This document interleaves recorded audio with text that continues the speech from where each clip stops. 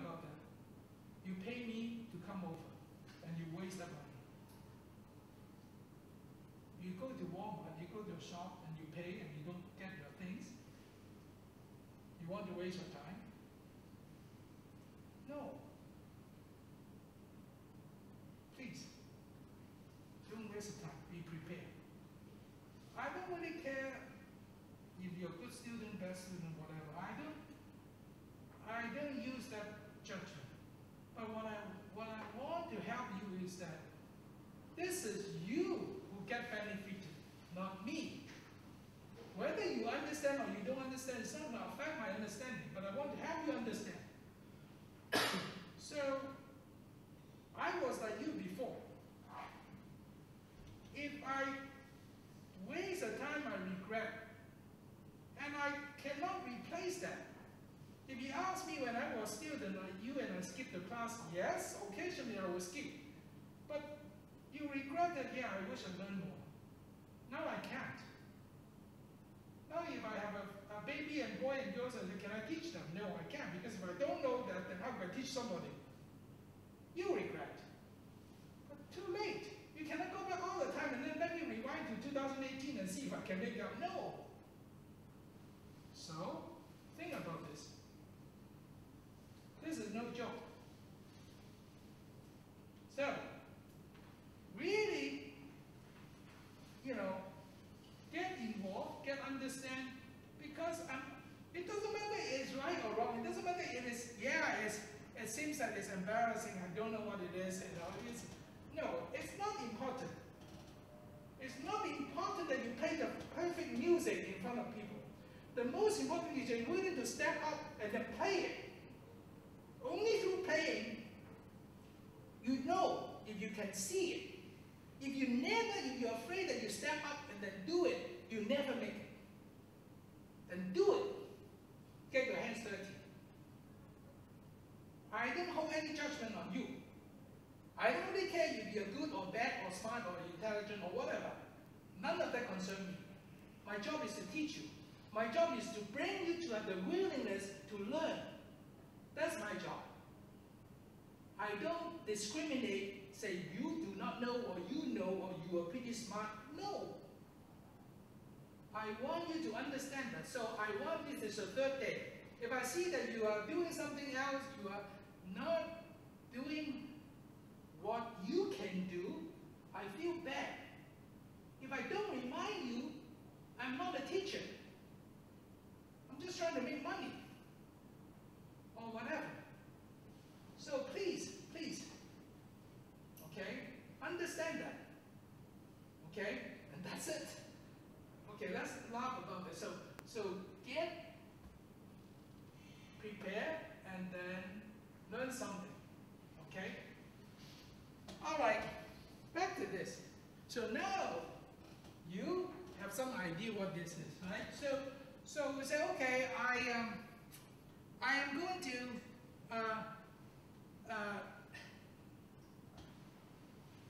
I'm going to know this machine that yes, for any kind of input, the machine actually look at the parity of these numbers, the length, and they say, okay, if it is even, then too bad. We're going to reject the input. If it is odd, the length odd, then we say, okay, good. So now, the thing is that, how do you get that quantum leap? The quantum leap is maybe you see it like him. But maybe you do a little bit more. If you do 10 more, it seems that pretty stupid, but sometimes, like I said, get your hands dirty. Once, twice, 3 times, 4 times. And then maybe after 5 times you say, I get it now. It's really, when it is odd, then I stop at Q1 and it's likable. But if it's even, I always go back to Q0. And then only when that happens, then you say, I get it. And that is the critical point that you are willing to say, I try and try and try, and see, I get it. Alright? So, eventually we get it. Okay, so now we can turn around and then say, I can characterize the behavior of this program. What these guys, what me, who wrote the program here, here or there. Basically is to say, I am going to come up with a program, and this program will look at input that from this alphabet. And basically my program is to say, I like the inputs whose length of A's is odd. That's it. If you give me an even length string composed of A's, then I'm going to reject. Now, so I give you a program and you can guess my intention. Now, sometimes it's the other way.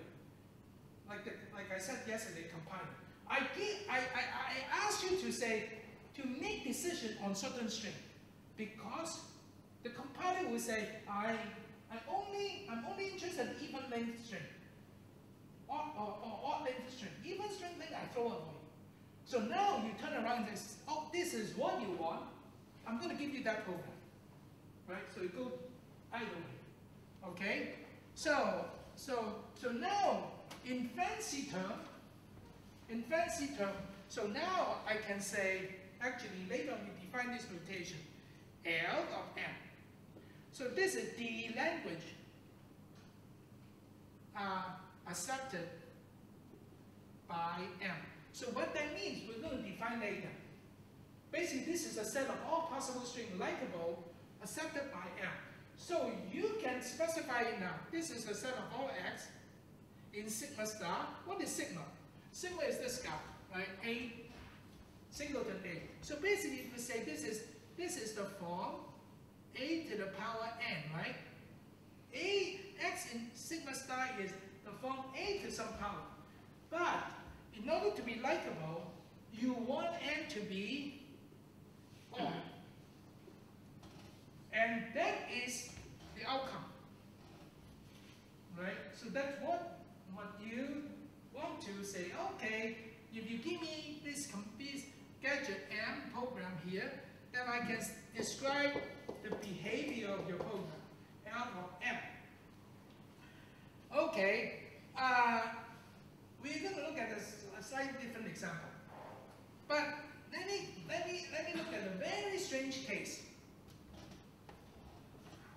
Suppose you have this input, right? And then don't know. It's epsilon. Now I have to write something of epsilon. But in reality, the tape is just like this.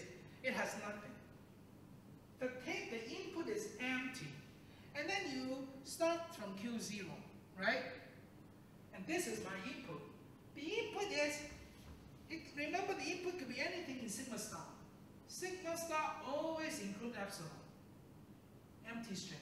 So I have the right to test your program, say, well, test empty inputs. Tell me what happened, right? So put nothing there, put empty string there. You start the machine, okay, start now, Q0. Now what happened? Seems that we never challenge ourselves with what happened when the input is empty, right? So now we take this as this sort of case, like your tape head is here. Do you have any more input that you can sense? No. So actually, coincidentally, you start the machine here, but you also happen to finish processing the input. So, based on that understanding, we ask, is it likable? Q0 likable or not? Then you check. Q1 is likable, but Q0 is not. So you reject. So you reject epsilon. Epsilon is actually A to the power 0, right? So you do reject epsilon, A to the 0. So in other words, this, what we said here, is correct. We do reject A to the 0 because it's an N is odd. N is odd doesn't include 0, right? So this is the sort of the extreme case, and sometimes we have to take care of that too. Make sure that we don't accidentally do something silly and ignore the cases like this. Okay? Okay, now let's look at this, an abbreviation, a variation. So suppose this time I change this to doubleton AB. Okay? AB. And then this time, suppose I want to say that the language, the kind of string accepted by the machine I would like, okay? I don't know what it looks like first, okay? All right. So the kind of machine that I want to construct is the language, the strings likable by the machine look like this. The string will be, say, in AB star, okay? That means from sigma star, A's and B's in any order. Okay, it could be B, B, B, B, B, A, A, A, A, B, A, B, B, B. It could be A, A, A, A, B, B, B, B, A, B, A, B, A, B. It could be epsilon. It could be A, B, A, B, A, B, A, B, A, B, A, B, A, B. Well, it's going to be any string in sigma star. So, but the string that's likable is that the number of A's in this string I'm going to accept is, let's say, the number of B in X is even. So in other words, we want to have a program. We want to have a machine in front of us so that the number of B's in the string, in the input that I'm going to like by the machine has to be even. So we don't have a machine yet. We want to come up with a machine. We want to come up with a program. Okay, so we want to say, okay, how to make the machine, how to draw the machine, how to construct a machine so that no matter what, when the input from A's and B's, then the number B inside X is going to be even. So we have a notation assuming that so the number of B's inside X is even. If you count the number of B's there, it's going to be even. So for example, if I have a string A, B, B, A, A, if the input is this, well, you count 2 B's. It's even, right? So accepted, should be accepted. But if you have A, B, A, B, for example, 2B, accepted. If you have B, B, A, B, A, 1, 2, 3, rejected. B, B, B, B, even, accepted. So B, A, B, A, B, A, 1, 2, 3, rejected. Then you may say, well, what about A? No B's. Number B is 0. 0 is even, accepted. Okay? So this will be the kind of input I will feed and test your program. And the acceptance criteria is really based on you count the number of B's. And not really count. You want to see the number of B is even or odd. Okay? And then based on that, in the end, you want to accept or reject based on that criteria. Okay? So we want to write a program for that purpose. Okay? So what do you think?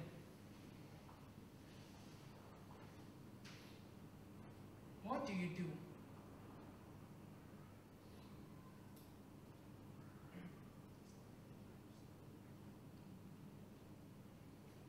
What do you think? Of course, I need to have a few states to help, right? So, I'm going to say, well, what kind of states I draw here, right? What kind of states I use, and how do I move from one state to another state, and right? Where to start, what will the stay a double circle, I say likable. Now, this is really the critical job, because it's just like programming. For some of us, we say, well, I know what, in a high level, we know what we do. If somebody asks you to sort a number, sort the sequence of numbers, you will say, I can do it. When I see it, I can say order them in my head, and then I can do it. I know what to do, I know what to do. But when you say, write a program for that, then you say, well, I don't. I cannot. Now, you may blame yourself and say, well, I just don't know what C, what Java. It's just too many syntax, too many grammar, too much grammar to remember. Now, that is one excuse, but that's not a very good excuse. Because probably the bottleneck in you not being able to do program is that, not just you, many of us, is basically we cannot overcome this bottleneck, is we translate ourselves from a higher order understanding to a mechanical understanding. In fact, it reflects what I said. You never get your hand dirty, and you never bother to get your hand dirty and overcome that fear, step by step by step by step description. Okay? Now, so what you learn in programming is that there are some fancy terms, top-down design, stepwise refinement, and so on. But let's throw that away. I'm not teaching programming here. However, one important concept and relation between programming and this kind of problems that you're going to see many times in this course is, in programming, you use variables. You imagine, even in simple arithmetic, you learn that you say, okay, C is T is a temperature, right? And then a P is a pressure. And then you say something and then say, okay, a volume is going to be dot, dot, dot. And then later on you will say, okay, then the velocity or the acceleration, right? A is going to be dot, dot, dot. Basically, you're making use of some variables, and then you do some computation, and then this one is your volume, and then it's based on T or P or something. Now, you think about the process.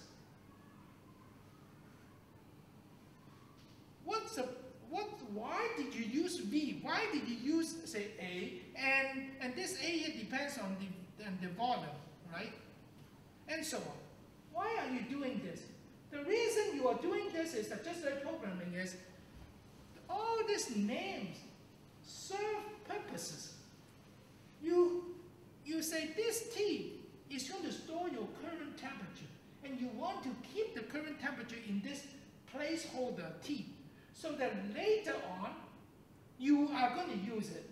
And this V here is the current volume, and the current volume you calculate is based on the current temperature, based on the current pressure, and then you have some formulation, and then you calculate the volume.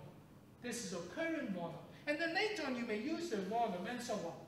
You think about that process. So in other words, you use variable not because the teacher tell you so, not because the textbook example show you that. You've got to learn beyond that, is that it is a necessity that you want to keep them in some place. Then you can say, oh, I need the current volume. You go and fetch it. Oh, you need to know the current velocity. You go and fetch it and use that. Remember that.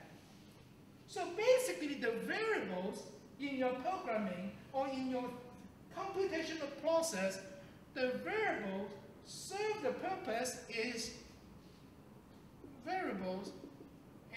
to store information,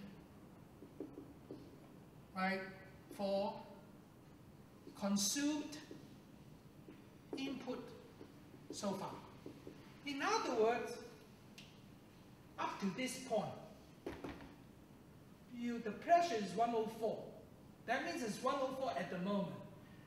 Here, at this point, the volume is 35 cc. That is the current volume so far. Now, you may add more.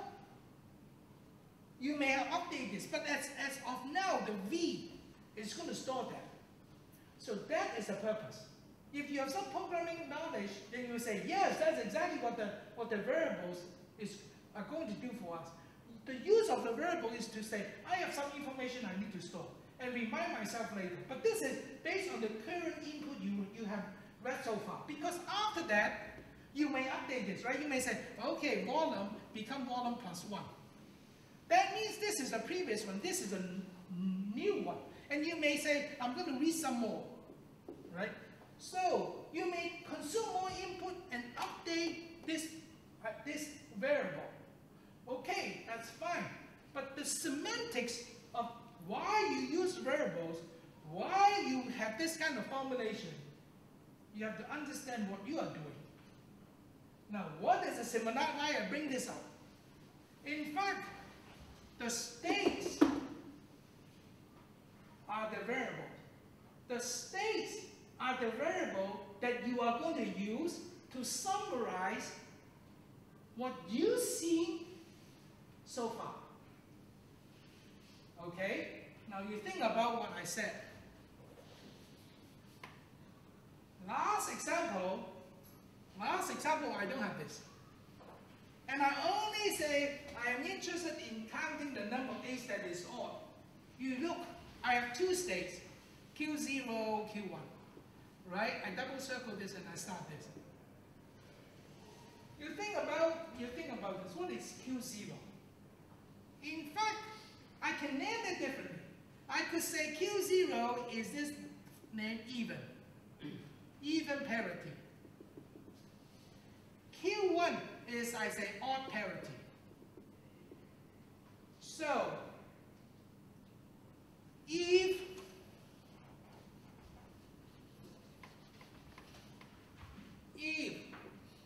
I have an input X,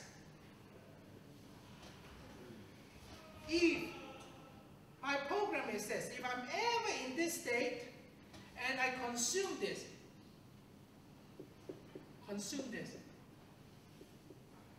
right?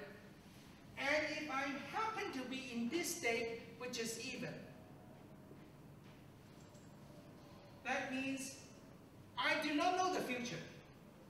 And nobody can tell me the future here. But I can assure that the A's that I have seen, that I have consumed, is even. And I am in the even state to remind myself. Okay? So, if another one is an A, what do?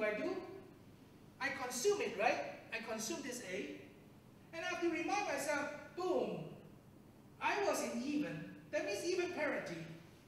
The number of A was even, and then now I have an additional A. Then I have to update my variable. I have to say, remember my parity.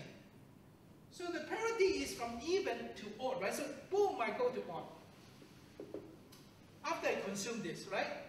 So in other words, the purposes of states would be just like the purpose of variable you have been using. So the quantum leap, or the fear you have to overcome, is that how am I going to come up with a collection of states? How am I going to come up with a good collection of variables so you can make use? You can say, okay, calculate this, calculate that based on Newton's second law, based on gas law, based on this, based on that, based on that. But you change the contents of the variables. Here is the same. You have to come up with a good set of states that will say, well, I have to summarize what I have seen. What I have seen. And I want to remember that. And where do you remember? The only place you can remember is in the state. That's the only things you have. Right? You cannot put something here. So the states help you to summarize what you have seen. It's just like you go on an elevator. You punch the key like 9. And then you go to the 9th floor. And then the next person in. And then you punch 23rd. And then ninth floor, the light disappears. That is erased. The system, the automata, doesn't know what happened. Doesn't know what's coming. The automata can only say, okay, what you have remembered right here, and I'm going to act. So the escalator will go from 9 to 23rd floor because it is at the moment from 9 to 23rd that it has to go up. And once it go up, it erases whatever what you want. It doesn't have the memory to say, okay, I was from 9. I was from 2nd floor, and so on. It's completely erased. The only thing they will say, okay, from this day to the next day. Why? Because there's a transition function that says, okay, when you see this, when you are here, then you will make the correct update. So now you can see that previously I used 2 states. One is to tell myself that, hey, so far, the number of A, the parity is even. Remember that. Or, hey, remember that the number of A so far that I have seen is odd. Now you may say, gee, you tell me because you know the answer. If I give you a more complex problem, what kind of states, what kind of variables you use? What do you know? How do you know that they sort of complete? I cannot teach you, but I can only encourage you. If you don't get your hands dirty, you never try it. It's a trial and error process. I'm giving you heuristic. If I can tell you a 100% automatic solution, I'm not standing here. Nobody can do that. I can only say, try, this is heuristic. Heuristic in the sense that hopefully and most of the time it works. But if you don't try, you will never get it work. You have to overcome them and say, okay, let me come up with a set of states that summarize what I have seen. And see, based on that, then can I make the movement? You have to try that and have some insight and overcome that. Okay? So that's the heuristics. That means it should work. It should work until most of the times, and you should build insight. Because of the rest of this course, deterministic, non-deterministic, push-down automata, Turing machine, they are based on this idea. Because even when you're programming, it's based on this idea. Make good use of variables. Make good use of states. The states help you to summarize the information you have seen so far. You cannot remember the entire history of human being, but you can remember, you can summarize the information. Okay? So, you use that. So now back to this. You can see that it really reflects our early purpose. I don't use Q0 and Q1. I just say, remember, for the consumed input so far, am I in even or odd parity? So now, actually, you don't have to care where to start. But think about this, a flip-flop between these 2 states. If I'm in even parity, you see an A. Where do you go? Because your goal is to keep track of the even number, even parity of A. So if you see an A, you know you flip-flop. So if you say, oh, I am here, and I'm in even, right? And then now I'm seeing an A. That means here so far is even, right? But I'm seeing this extra A. So boom, you know that you should go to odd. So you know you should come here. Because that's what you promised. You cannot change that. You promised that if the consumer input so far is even, I have to stay there. If the consumer input so far is odd, you have to go there. You have no choice. And then if you are in odd, you see an A, where do you go? Do you go back? No, because you said, if I'm seeing odd here, if you see an extra A, the parity changed to even. You cannot stay put and say, I remain in odd, because you violated what you promised. You have to go here. And once you see that, you have no choice. And then where to start? Where to start? Now that is secondary in this case.